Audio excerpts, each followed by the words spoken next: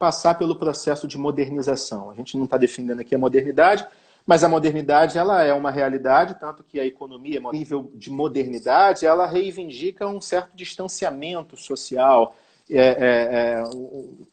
uma atribuição de uma individualidade, né? Isso que é modernidade no sentido principalmente cartesiano, penso, logo existe, então a responsabilidade ela é subjetiva e tal.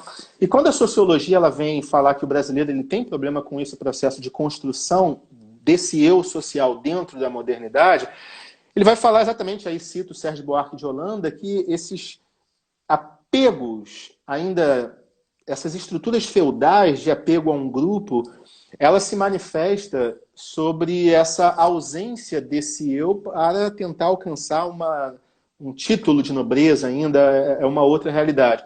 Quando essa coisa começou a passar, eu negar a cidadania, né, é isso que está sendo falado, eu não sou cidadão, eu sou outra coisa. Quando eu nego a cidadania, eu acabo me lembrando de como que foi o processo de modernização na França, no movimento que acabou resultando na Revolução Francesa. Você deve saber que palavras como monsieur e mademoiselle foram abolidas naquele período. O meu senhor e a minha senhora tinham que desaparecer e apareceu o citoyen, né? O cidadão que tinha que aparecer. O que já demonstra que a gente tem uma dificuldade nesse processo de racionalização da sociedade, processo de modernização social é uma dificuldade. E aí, enquanto eu ouvi essas notícias sendo produzidas, veio na minha mente um texto do Machado. O Machado era muito realista e ele tem um texto chamado Teoria do Medalhão, em que é um conto que o pai está ensinando para o filho exatamente isso. Ó, o que você é não importa, o ser não importa, a questão é o aparecer. Então você ensina uma certa mediocridade e você reivindica o texto, que é o que Machado está atacando ali, ó, a sociedade bacharelesca daquela época e tal. Parece que a gente nunca rompeu isso, né? Parece que a gente não tem aquela atribuição moderna para sermos cidadãos, para reivindicar enquanto cidadãos, e tem aquele apego ao grupo de volta para alcançar uma legitimidade outra que, na verdade, está mais escancarada agora. Nunca foi abolida, está mais escancarada. Essa é a minha opinião enquanto sociedade. Eu queria saber o que você pensa, você próprio, Sérgio, pensa por essa realidade nossa, esse período que nós estamos passando, você fazendo parte dessa sociedade enquanto ator social. O que você pensa disso tudo? Eu penso que é muito cansativo ser promotor nessa sociedade.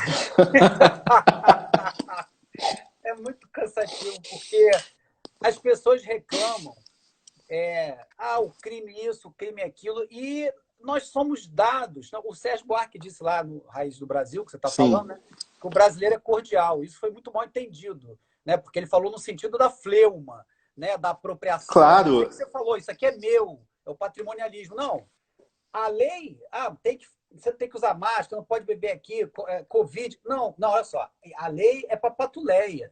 Eu sou engenheiro, eu sou promotor, eu sou juiz. Quem é você? Um reles? É isso, o brasileiro é cordial, é isso que ele quis dizer, é isso aí que você está falando. Concordo, perfeito. Né? Então, assim, e aí a gente tem uma sociedade que descamba para uma criminalidade absurda, e é muita criminalidade, não adianta. Embora o Estado tenha muitos erros, puna em excesso, eu acho que o Código Penal, por exemplo, podia ser decotado para 20 crimes e estava muito bom, vamos nos preocupar. Vamos dar efetividade à fragmentariedade. Agora, tem crime que tem que ser realmente, porque senão a gente não consegue viver. Né? A gente tem homicídios aí a balde. Só que nós somos a sociedade do pequeno delito. Você dá uma carteira, falar isso para um cara que está ali de noite, bicho. O cara deixou a família em casa, está ali trabalhando. E o sujeito era engenheiro também, ele era engenheiro. O cara é doutor, o cara tinha doutorado, parece. Mas é o que está na imprensa aí, sei lá, vai vir alguém, não é fake news, tudo bem, não tô. O cara não. Porra, o cara está trabalhando, bicho, sabe? Está cumprindo o dever dele. Aí vai lá o promotor, o juiz, o policial, que, porra, não quer separado na blitz. E por que exatamente isso nós queremos ser nobres? O classe média, eu tive um professor de processo civil, Alírio Carvalho, filho, dava aula, não sei se ele é vivo ainda, ele falava, ele dava o exemplo do classe média idiotizado. Porque nós queremos ser nobres, sabe? Classe média no Brasil, ele quer viver como rico, ele quer ser tratado de um modo diferente. Eu vou ligar para fulano, de vez em quando numa loja você vê isso. Quem é o seu? Eu vou ligar para fulano. Nós não queremos ser comuns, né?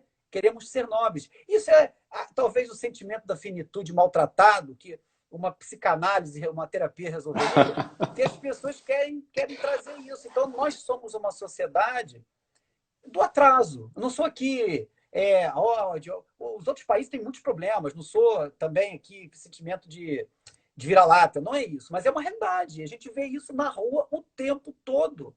Quando Sabe? você fala sobre a ideia do raiz, a ideia do Raízes do Brasil, e você puxa toda essa explicação, a gente sabe que existe um problema no cordial, né? Porque republicana, você se afastar da coisa pública e não tratá-la como coisa privada. Mas se você, socialmente, é exatamente esse ser dado à intimidade da coisa pública, se você não consegue diferir a coisa pública da coisa privada, pode ser que seja um sintoma de fato social essa coisa acabar resultando na corrupção.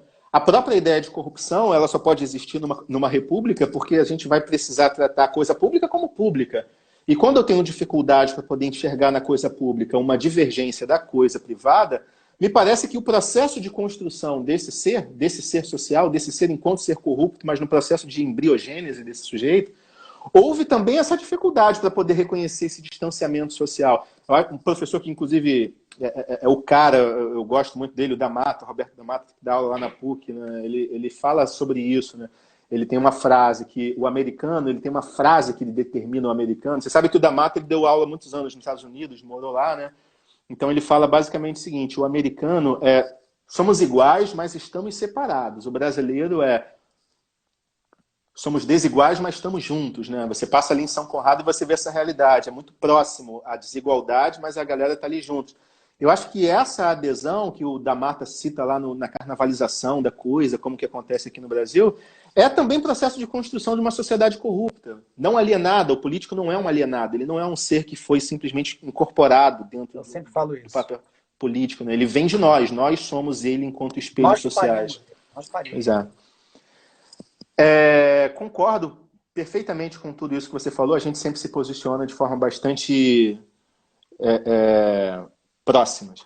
Tem mais uma pergunta aqui, eu acho que é a última que a gente vai conseguir responder. Como o promotor se posiciona, essa pessoa não colocou nome no e-mail, como o promotor se posiciona em processos em que a ré tem filhos menores e não tem parentes com quem deixar?